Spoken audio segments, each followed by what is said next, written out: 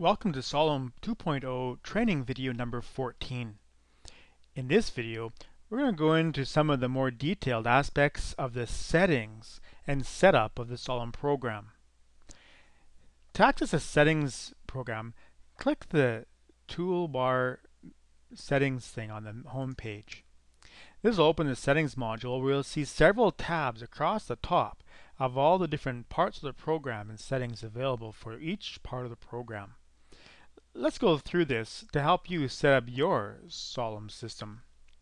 On the general page, we simply have our information such as the address and whatnot of your business, and most of this information will show up on your receipts and reports.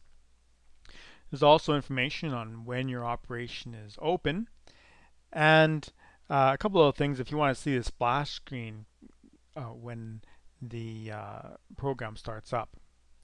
On the workstation settings, we have settings for the workstation name, which cache tray this workstation is assigned to, and the role of the workstation.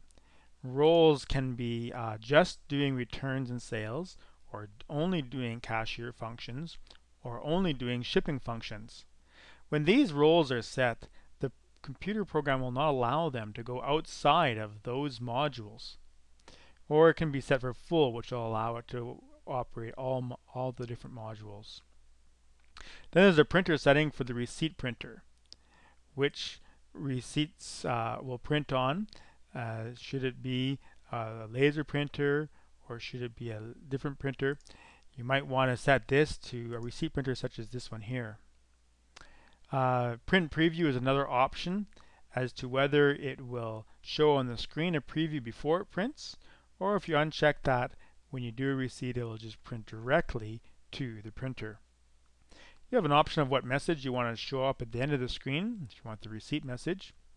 If you have a cache tray attached to the computer, you'll need the codes for the cache tray or open drawer code here for it to open that drawer. On some of the older printers, it needs to send that code twice to make sure it works, so you can select that. The button here will insert the default settings for the open drawer codes that are used with most of the printers, especially the Epson brand printers. A different printer can be set for the reports printer, and when you're printing a report, this will be chosen as the default one. And another printer can be set for the label printer.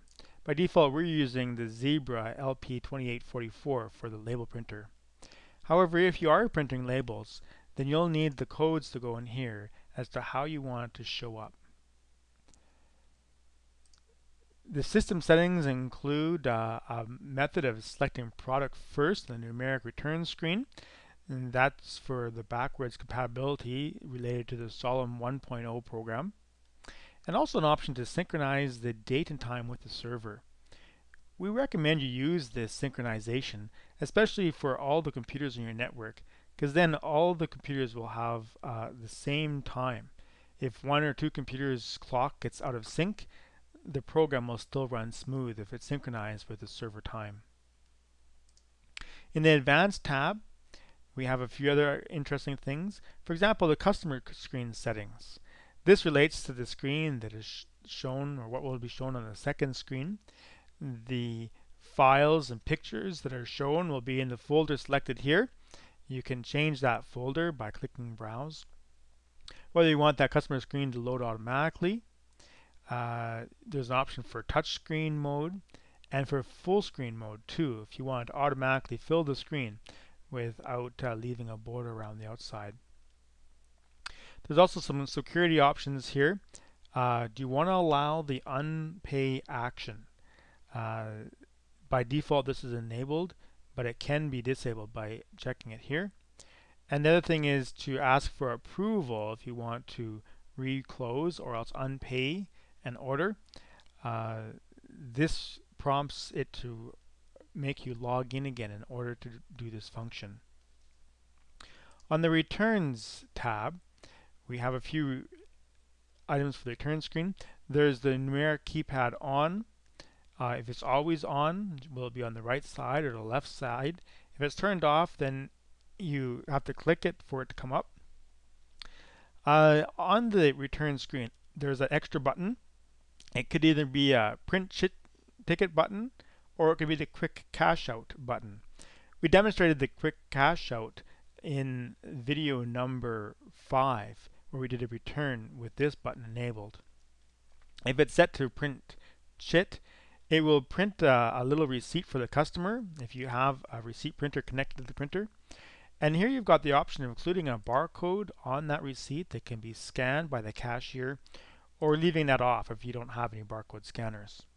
This can print a simple order only, or it can be set to print a complete receipt that the customer can keep for their copy of the receipt afterwards. When creating category buttons, and we'll look at the category buttons in another video, there's an option to make them snap to grids so they all line up. It's also a thing for the maximum quantity allowed on a return. This will make it so that if they go over that number, such as 200, it won't allow them to enter. In this case, they will have to stop at 200, enter how many they've counted, and then continue counting. This helps to prevent them from counting very large numbers that they could easily forget where they were. In the Sales tab, we have settings for the tax codes for the sales. In the Cashier tab, we can do a printing override, which will prevent it from automatically printing a receipt every time. If you use the printing override option, then you would click a button on the screen to print the receipt when it's requested, instead of having it automatically print every time. Also, there is an override for the amount allowed for a sale or for a return in the cashier. If more than this amount is requested on a single order, then an administrator would have to approve that by logging in. On the Shipping tab, we can set the default agency, and you may want it to have automatically generate the tag numbers, the R-bill numbers. At this time, this feature is not being used. The home page has a thing for what you want to see in the home page. That's the picture or the website that's shown in the home page. And also the update history location is set here too.